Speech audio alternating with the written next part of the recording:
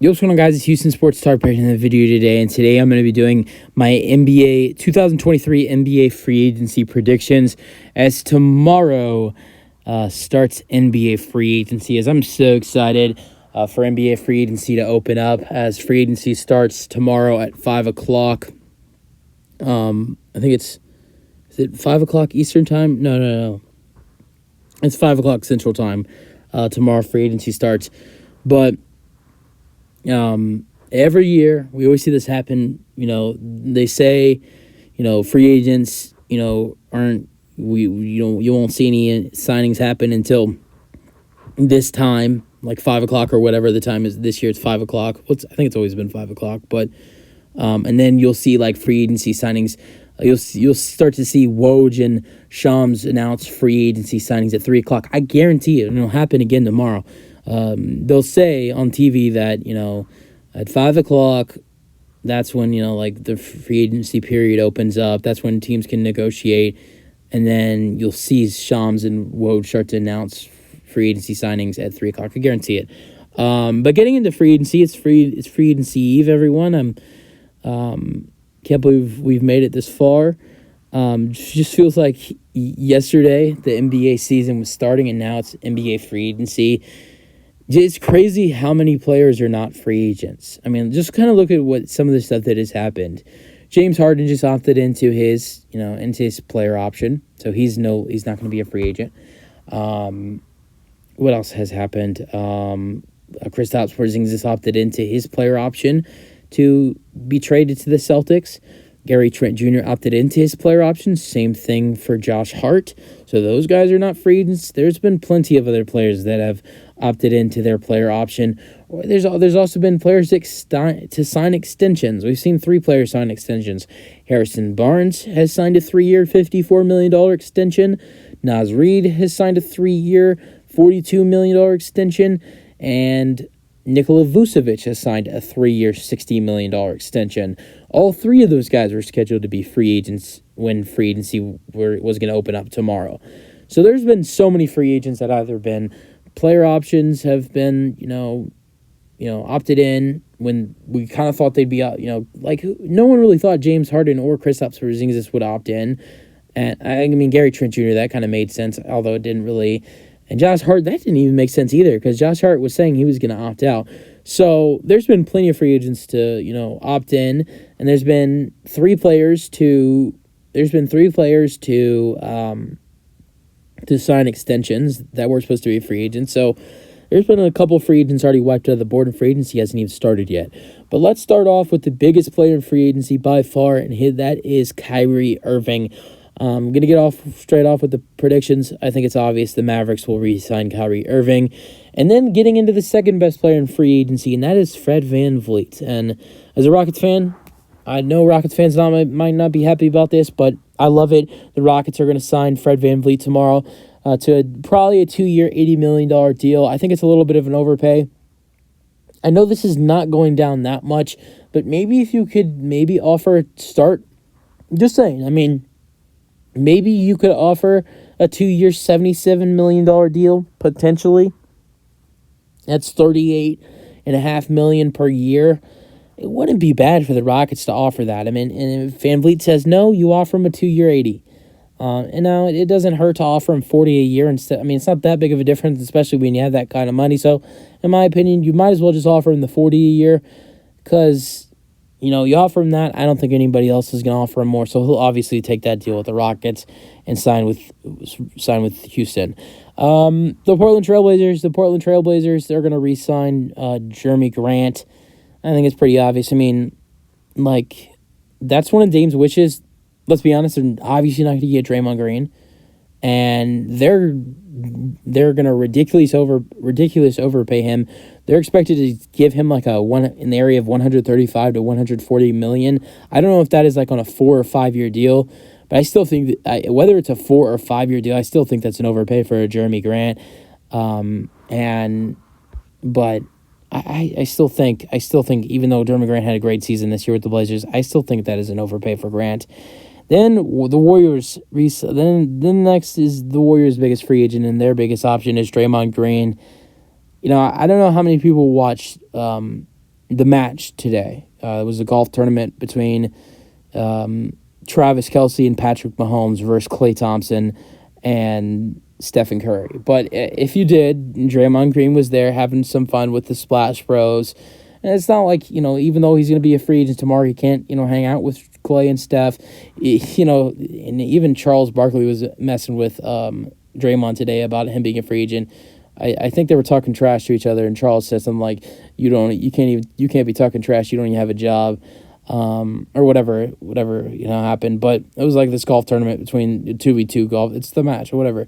But Draymond was there. He was having fun, and honestly, it didn't matter if Draymond wasn't there. I still think the Warriors are going to re-sign Draymond.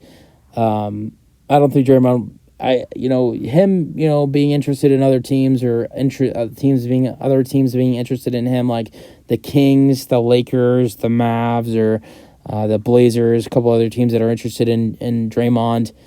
I still doesn't. I don't think. If anything, it's just leverage to maybe get the Warriors to pay him some more money. But I think the Warriors are going to re-sign Draymond Green. I think most likely you'll see Draymond being re-signed the first day of free agency. And I'm going to go out and make a prediction that Draymond being re-signed by the Warriors is going to be, if not if not the first move that happens in free agency, probably one of the first 5 or 7 moves, and you see a bunch of stuff start to happen really quick once teams are able to sign players. But I think it's going to be one of the first couple of free agency signings to happen, most likely. Or who knows, maybe Draymond will wait out a little bit, but I think for sure the Warriors are going to re-sign Draymond Green. And then obviously, let's go over the Lakers for the next two. We have the Lakers re-signing Austin Reeves. They're going to match any offer. Someone can offer Austin Reeves just an absolutely ridiculous offer. I still think the Lakers are going to re-sign Austin Reeves. I think it would take offering him like over the max. I mean, the Lakers, it's already been reported if some team would potentially offer Austin Reeves a max contract, the Lakers would still match it. So I see no way the Lakers lose Austin Reeves this offseason. But then I said the Lakers re-signed D'Angelo Russell. And so, yeah, I got the Lakers re-signing D'Angelo Russell. They want to keep their core from last season. I think that is obvious. And then I have the Bucks re-signing Chris Middleton as well. Even though he opted out of his player option, I think he'll still re-sign with the Bucks. And then I have the Clippers re-signing Russell Westbrook. Imagine if the Clippers were to trade for James Harden and then re-sign Russell Westbrook, and then you got a lineup of Russell Westbrook, James Harden, Kawhi Leonard, Paul George, and Ivica Zubac. That'd be a hell of a lineup for the Clippers. But even if James Harden, if he comes to LA or he doesn't, I still think both sides, Russ and the Clippers, have interest in reuniting. I think the Clippers will. I think the Clippers and Russ will re-sign on a deal around $8 to $10 million, and it'll probably be like a 1-year deal. I don't see the Clippers offering Russ more than a 1-year deal. We'll see. And then I have the Nets re-signing Cam Johnson. This is just like the Austin Reeves. I mean, someone's gonna have to offer him a ridiculous amount of money. If someone's gonna be is gonna be a threat to get Cam Johnson, I think that's the Detroit Pistons, and that's a team I view as a potential dark horse contender for Cam Johnson. I think they're a team that they're gonna have to offer a lot for him, but I do think it is potentially possible, and they have the money to spend. So I know it's reported that the Nets are going to match any offer for Cam Johnson. I'm actually, this is like a last minute change, but I'm going to switch things up here. I'm going to say the Pistons end up giving Cam Johnson an offer that the Nets cannot match or refuse to match.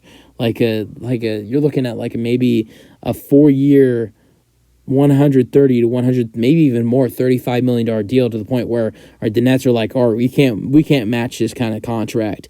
But I have the Pistons. I was thinking about it. I wasn't thinking about the Pistons, but Monty Williams, he wants his Pistons team to get better. He really does, and I just feel like in order to get their roster better, I think you add in some familiar faces for Monty Williams, and you have the money to spend, and this would be a great signing for the Pistons. I know it's a last-minute change, but I got the Pistons signing Cam Johnson. You're going to have to give him an offer, though, that is an offer, okay, well, Brooklyn financially or, just that's like a crazy number. We can't match that.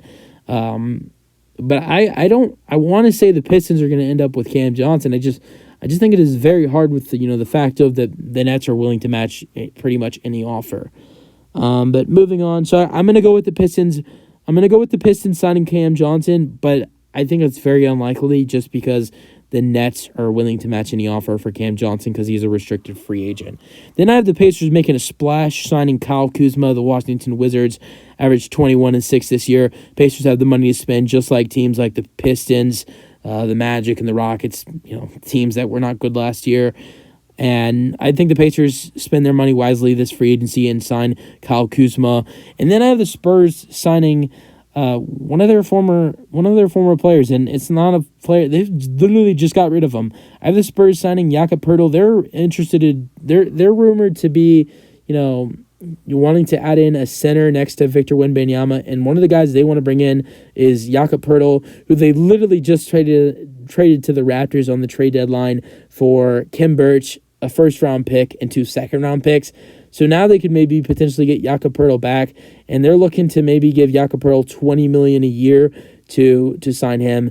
And then the next free agent I have the Miami Heat signing Christian Wood. I would love the fit for Christian Wood in the Miami Heat off the bench. Absolutely love the fit. And then in the next free agent, I have the Knicks signing Dante DiVincenzo. Imagine all the Villanova guys back together. Josh Hart just exercised his $13 million player option. They have Jalen Brunson. And then you sign Dante DiVincenzo. All 3 players were a part of that Villanova team. Now, Josh Hart was drafted in 2017, and then DiVincenzo and Brunson were drafted in 2018. But all 3 of those players played with each other in Villanova. To have all 3 of those guys on the same team would actually be really kind of cool. That'd really be cool. But there's other teams that are going to be interested in DiVincenzo and could be willing to give him a good offer. Next, I have the Bucks re-signing Brook Lopez. Even though teams like the Lakers and Rockets are interested, I think the Bucks are going to definitely re-sign Brook Lopez and do whatever it takes to bring him back. And then I have the Rockets signing Dillon Brooks to a 3-year, $42 million deal. Next free agent, I have the Bucks making another move. You saw them re-sign 2 of their own and getting Brook and Chris back. Now I have the Bucks making another move, getting someone they were interested in, getting someone they were interested in the trade deadline. Getting someone they were, they probably didn't think they were going to be able to get in free agency, and just got waived last night. Eric Gordon of the LA Clippers, who had a really good season, averaging nearly 13 points per game for the Clippers and Rockets this year. And then I have the Cavs signing Karis LeVert. Karis LeVert is expected to re-sign with the Cavs for a deal that is around $15 to $18 a year. Then the Spurs are expected to bring in a point guard. I have the Spurs signing Kobe White of the Chicago Bulls. But then I have the Chicago Bulls re-signing 2 of their guards in Patrick Beverley and Ayo Dosunmu. So I have the Bulls re-signing Pat Bev and Ayo Dosunmu. I have the Kings getting a backup center, someone they were interested in the trade deadline. I have the Kings signing Mason Plumlee. I have the Thunder signing P.J. Washington, another guy that, teams Thunder were interested in P.J. Washington at the trade deadline. I think P.J. Washington's going to get a huge deal, and I think he'll have a huge season next year. And they're kind of looking for a big man next to Chet Holmgren, either a 4 or a 5. And P.J. Washington would work perfectly sliding in at the 4, and then Chet Holmgren being the 5. Then the Pacers offering Max Strus in a ridiculous offer. The Pacers signing Max Strus to a 3-year, $48 million deal. Then I have the Heat. Yes, they lose out on Max Strus, and they picked up Christian Wood. But I have the Heat re-signing Gabe Vincent to a 3-year, let's go with a 4-year, $60 million deal. And then I have the Orlando Magic signing Grant Williams to a 4-year, $62 million deal to get him. They're looking into adding in, older guys, experienced, guys that are, they're looking to spend their money wisely. And I think, Grant Williams would be a great signing for their Orlando Magic. Then I have the Lakers re-signing another one of their own. I have the Lakers re-signing Rui Hachimura. I have the Cleveland Cavaliers making another move and signing Malik Beasley, someone who just got his team option declined today, and the Cavaliers are one of the front runners for Malik Beasley. I have the Kings spending, their last, couple dollars in free agency on Will Barton. I have the Los Angeles Lakers spending their $12.4 million mid-level exception on, or something like that. It's something that they're able to spend on Bruce Brown. So the Lakers in free agency end up re-signing D'Angelo Russell. They end up re-signing D'Angelo Russell, Austin Reeves, and Rui Hachimura, and then sign Bruce Brown. Then I have the Orlando Magic making their second move of free agency and signing Kelly Oubre. And then I have the Hornets re-signing Miles Bridges, who has not played, is going to be suspended for, I think, the first 25 games of the season. Next year it's 25 or 30, something like that. It didn't play at all this year, but I still think would be a great signing for the I was thinking about the Magic getting Kelly Oubre because he was a Hornets player as well, but the Hornets would get back Miles Bridges. They're very interested in bringing him back. And then I have the Pistons signing Cam Reddish to add in a veteran guard off the bench. I have the Rockets spending their final money in free agency because the Rockets would be able to spend in the area of another $5 to $10 million in free agency. They want to bring in a backup center. I have the Rockets signing Mavericks backup center, was more of a starter than he was a backup. Started 64 out of 76 games this season. Dwight Powell, but would be a backup for the Rockets. Then I have the Celtics making one of their only moves in free agency, signing Seth Curry. And then I have the Bucks re-signing. Well, by the way, the Celtics are signing their uncle because Stephen Curry's their father, and Steph's brother. So that means Seth is the Celtics' uncle. No, I'm just kidding. All jokes. I like the Celtics way more than I like the Warriors. I'm not a Warriors fan, so I actually hate the Warriors. But I know people make jokes about Stephen Curry being the Celtics' father. But I think the Celtics being the front runner to land Seth Curry, I had to make that joke. But Seth Curry would be a great fit for the Boston Celtics off the bench. They lost out on Marcus Smart. They still have Derek White and Malcolm Brogdon, and probably are going to be trading Peyton Pritchard. I feel like if Malcolm Brogdon, if that is an injury concern, you pair Seth Curry as another guard, I would really love that signing for the Boston Celtics. And then the final move, even though Jay Crowder felt like he was very frustrated with everything that was going on in Milwaukee, he said something about, I think when they got eliminated, or his final press conference, he said something about why did I come here? Because they made that big trade for him, and then he didn't play at all in the first round against the Miami Heat. So he's very frustrated. But I think the Bucks he's going to be way more involved in the rotation next year on a full year with Milwaukee. And I think Milwaukee will re-sign Jay Crowder. And that's it for everything I have. There's definitely more. There's other free agents. But that's everything I kind of wanted to go over. And I felt, that's everything that was important, at least. But, you guys have your thoughts on my free agency predictions. You guys give me your free agency predictions. That's it for the video. Hope you guys enjoyed, and peace out.